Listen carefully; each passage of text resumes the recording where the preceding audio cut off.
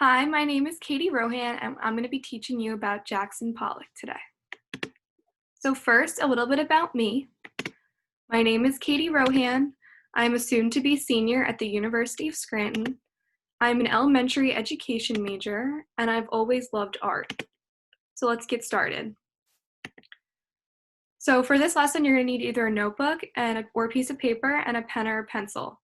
So here are some questions that I want you to answer in your notebook. Has anyone ever been to an art museum? What types of artwork did you see there? Have you ever painted during your free time? What type of art do you enjoy most? Have you ever heard of Jackson Pollock? What do you know about him? So take a few minutes to respond to these questions in your journal or on your paper, and you can ask your family members some of these questions and see their responses as well. You can pause this video to have as much time as you need for writing, and then we'll resume after. So today we're going to be learning about the famous artist named Jackson Pollock. His artwork is in museums all over the world. In fact, you may have seen some if you've ever visited a museum. And these are just showing the scales of his artwork. His artwork is on very big canvases, as you can see in these pictures in museums. So we're going to jump into the vocabulary first. So the important vocabulary for this lesson is Jackson Pollock, the artist, abstract expressionism, elements and principles of design, which can be color, contrast, movement and rhythm, and repetition. So first, we're going to talk about Jackson Pollock. He was a United States artist, famous for painting using the drip technique and leading the artist movement of abstract expressionism. And this is a picture of him in front of one of his artworks. So what is abstract expressionism? It's a very big word and it may seem a little scary at first, but we'll break it down. So it's an artistic movement that incorporates many different diverse styles and artistic techniques and emphasize the freedom and liberty of artists to create non-representational works of art. Now that definition might be a little difficult to understand, so let's break it down even more. So it's a type of art that breaks away from traditional representations of objects. This type of art portrays what an artist thinks or feels through shapes and color instead of what an artist sees. These artists used art as a way to express emotion, and they also included gestural brushstrokes and spontaneity. So there are two types of abstract expressionist artists. The first type that we're going to talk about is action painters. These painters used expressive brushstrokes and paint pouring techniques. And here are two paintings from two different artists that were considered action painters. You can see that they're very different, but they both fall under the category of abstract expressionism. So I want you to write in your journal, what do you notice about these two works? And you can pause the video and then we'll talk about it when you come back. So the work on the left, you can see that the person used paintbrushes and gestural brush strokes. And you can see that they use very vibrant colors. And on the painting on the right by Jackson Pollock, you can see that the painter used the drip technique. Another type of painter during abstract expressionism, they were called color field painters, and they filled their canvases with large areas of color. And here are three examples of what this would look like. And you can see that they're very different from the previous slide, but they still are considered abstract expressionism. So what do you notice about these artworks? How do they compare to the ones on the previous slide? So you can, again, write that response down in your notebook, pause the video, and then come back when you're ready. Okay, so now we're going to get into some of the principles and elements in art. So what is color in art? Color is the mood or emotion. So you can have a color wheel. There are primary colors, secondary colors, warm colors, and cool colors. So the color wheel is really good to see contrast of color and what colors work good together. A lot of artists used it for that. There are primary colors, which are red, blue, and yellow. Secondary colors, which are orange, green, and purple. And there's also warm and cool colors. And a lot of times artists will use cool colors to represent the feeling of sadness and warm colors to represent feeling of happiness. So when might an artist use warm colors? When might an artist use cool colors? So write that down in your notebook and you can see different feelings that they may feel based on the colors that they use. So now we're going to go over contrast in art. So contrast is the arrangement of opposite elements. So my question for you is, what do you feel when you look at this piece based on the color and the contrast used? So take a minute and write that response down in your journal, and you can even ask some of your family members to participate as well. And then you can come back when you're ready. You might see that the contrast from the warm colors in the background really works well with the cool colors of the poles or the lines on the drawing.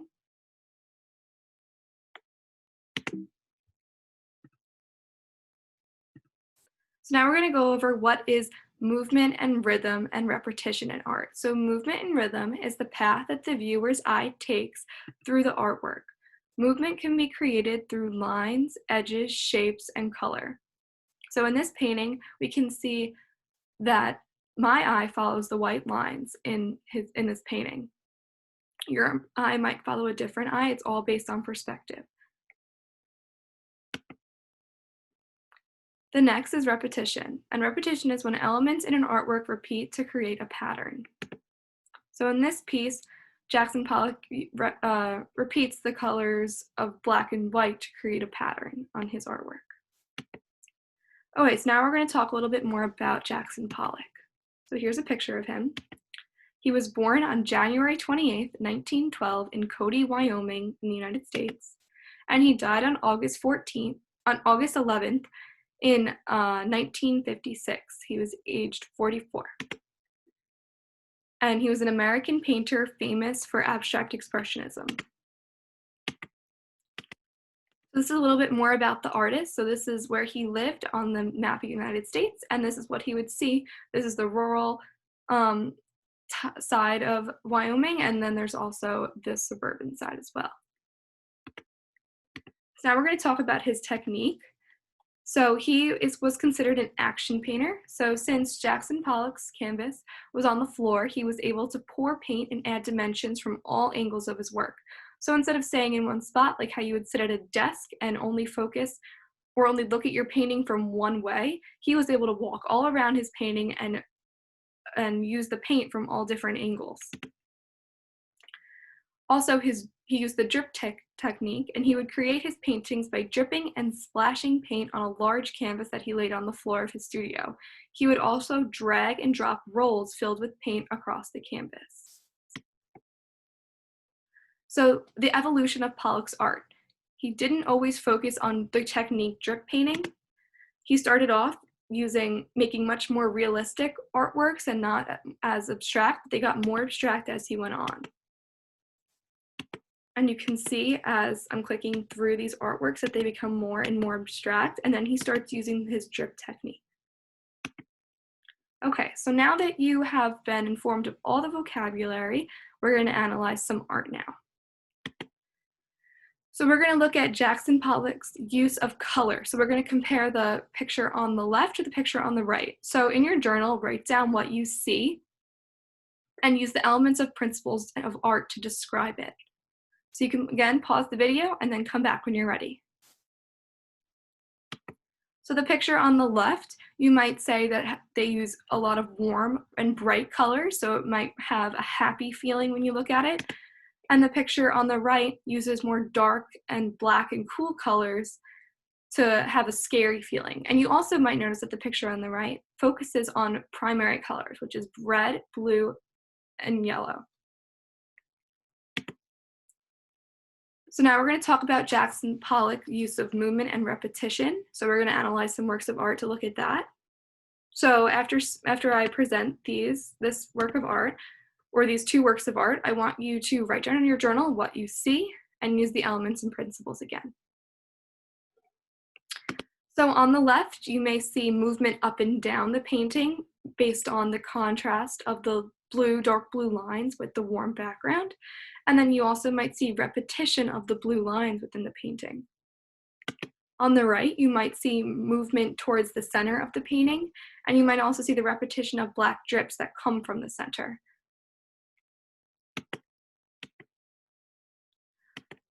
So this is one of Jackson Pollock's paintings that he painted in 1945, and he called Shimmering Substance.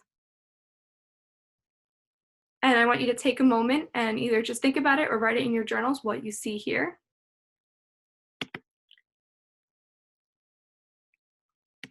So you might notice that he uses a lot of warm colors in this painting, and he also uses a good contrast with the bright red up against the yellow. And it also, this painting creates, for me, I see a circular movement. You might see something different. And then also I see a repetition of his strokes. So this is another painting. It's called The Reflection of the Big Dipper, and he painted it in 1947. And again, I want you to take a minute to think about all the different elements of art that we talked about and see if you can pick some of those out in here. So there's mostly cool colors here. There are some warm colors, but there's a nice contrast between the cool and the warm colors, between the bright yellow versus the dark blue and black. There's also a movement directed by the black paint dripping, and it's also more concentrated in the center with the paint drippings, so that could direct your eye to the center as well. And there's also a repetition in the paint drippings. Now we've seen this one before, we're gonna look at it again. This one is called Blue Poles, and he painted it in 1952. So we're gonna write down what we see in our journals and use the elements and principles again. Just take a minute and really look at the painting and see if you can apply any of the elements and principles that we just learned about. So in the background, he uses a lot of warm colors, and it contrasts with a lot of the cool blue colors from the poles. The movement of this painting, from my perspective, is up and down. The blue poles direct the viewer's eye up and down the painting. And there's also a lot of repetition in the background and also in the poles. Okay, artists, now that you've learned all this information, now it's time to make our own Jackson Pollock paintings. So here's a quote from him, and painting is self-discovery. Every good artist paints what he is. So really have fun with this and paint what you feel and what you see, and it doesn't have to look like anything. It can be representational of what you see. So the materials you're gonna need are a blank piece of paper, some paintbrushes, some string or yarn that you'll cut with scissors, assorted paint colors, and a helpful tip for this project, you want to make sure you wear a smock or clothes that you don't mind getting dirty or messy, because this can get messy since we're doing a lot of drip technique that he used. And it may also be helpful to do this outside or in the driveway or on the grass to avoid the mess inside and enjoy the fresh air. Okay, so let's get started. So here's a video of me doing my painting, and you guys can watch this.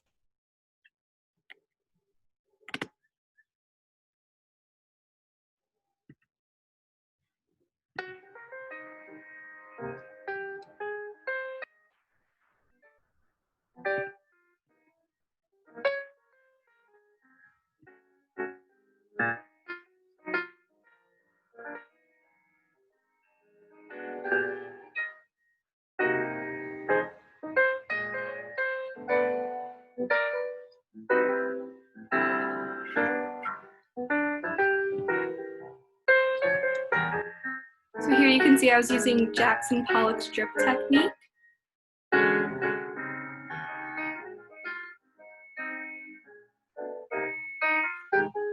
And you guys can choose any colors that you want. You don't have to choose the colors that I have. And you can also dip string into the paint and then drop it on the paper.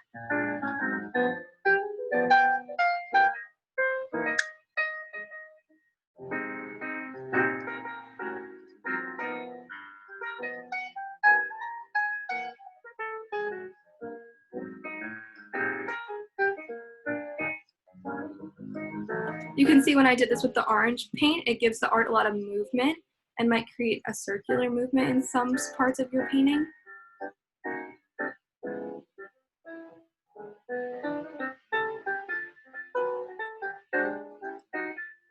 So next I decided to use red. And I've used a lot of warm colors so far, so after this, I wanted to start using some cool colors.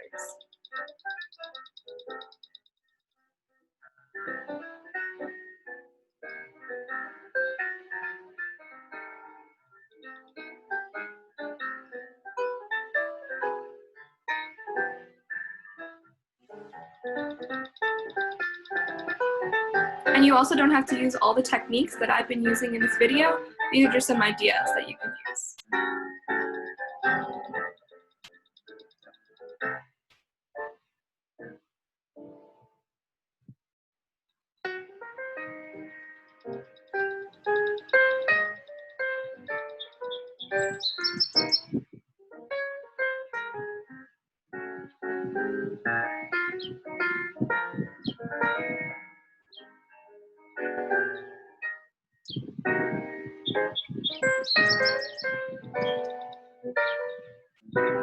And also feel free to pour some paint on your canvas or paper as well.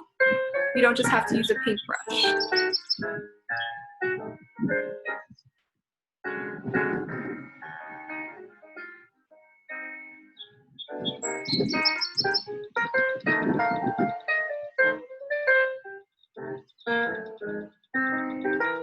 And then you can also move around your paper as well to get a different angle and be an action painter like Jackson Pollock was.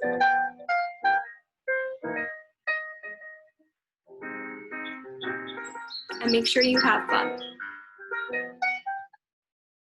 Okay, so now, once we've completed our paintings, we are going to write a short plaque describing what they mean. So you have to make sure to include how you used color and contrast and repetition and movement in your piece. Just like in a museum, how you would see a plaque underneath an artist's work to describe how they use their elements and principles and what their work means, you're gonna do that as well. So here is what my painting came out to look like, and yours can look so different from this. It's just an example. And here's what my plaque said. So I used many warm colors to represent the sun and the summer soon approaching. I also used some cool colors to represent the ocean and the sky. I created a nice contrast with these colors, and I also used the repetition of yellow and orange with Pollock's dripping technique. Finally, I also incorporated movement into the piece by creating lines. It draws the viewer's eye up and down the artwork. So I kind of took this from Jackson Pollock's painting Blue Poles, so I kind of used inspiration from that to make my lines on my painting to make sure that the viewer's eye was directed somewhere on the painting. So thanks for painting with me. I hope you had fun. Bye.